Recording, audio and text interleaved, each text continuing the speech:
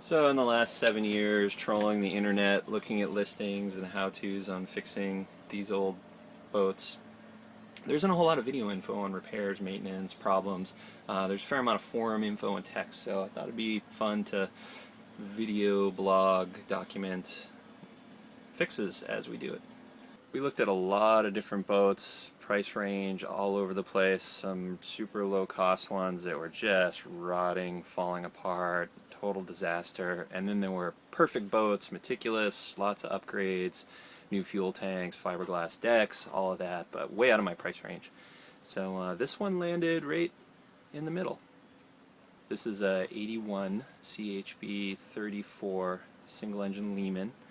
The engine's only got about 2,400 hours on it. It's currently April 2014, and going through the old paperwork, I discovered that the previous oil change was on June 22nd, 2008, with 2303 hours on the engine. So it's been 6 years and less than 15 hours of engine time. So the first thing I did was change out the oil. There was an extractor pump that's cordless drill powered down in the engine room. Tried to use that, but it's been sitting for at least that many years and wasn't sucking oil. So spent $60 and bought a new pump here at the marina.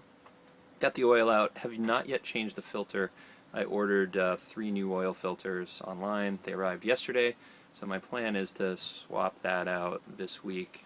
The surveyor came up with 3 pages of repairs, only 3 of which are safety related, so focusing on those first. They are basically all the seacocks are seized. I got the water intake for the engine operational. That's actually the only one I've worked on, so I'm going to try to just finesse the others while the boat's in the water, see if I can free them. And if I can't get them going, we'll do the haul out and I'll take a hammer to them, and if I break anything, then I'll start spending the big money and have the yard put in new pieces, whatever needs to be done. I don't have any flares on board. Going to pick those up this week. There's no carbon monoxide detector or really any type of smoke detectors in the cabin, so also picking those up this week. And then after that, it's just 2.5 pages of lots of little stuff. It was our first trip out on our own, and got back to the slip and opened up the engine room to discover I had about a quart of diesel in the bilge.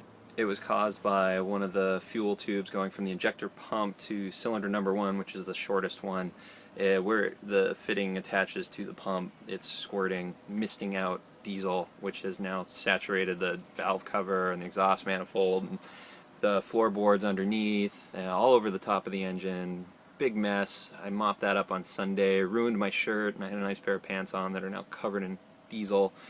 And what an awful mess. So I got a new part on order from American Diesel. That should show up this week. I'm going to try to put that tube in myself. And there's one more page of repairs. I'm already overwhelmed, so I'm going to deal with those at another time.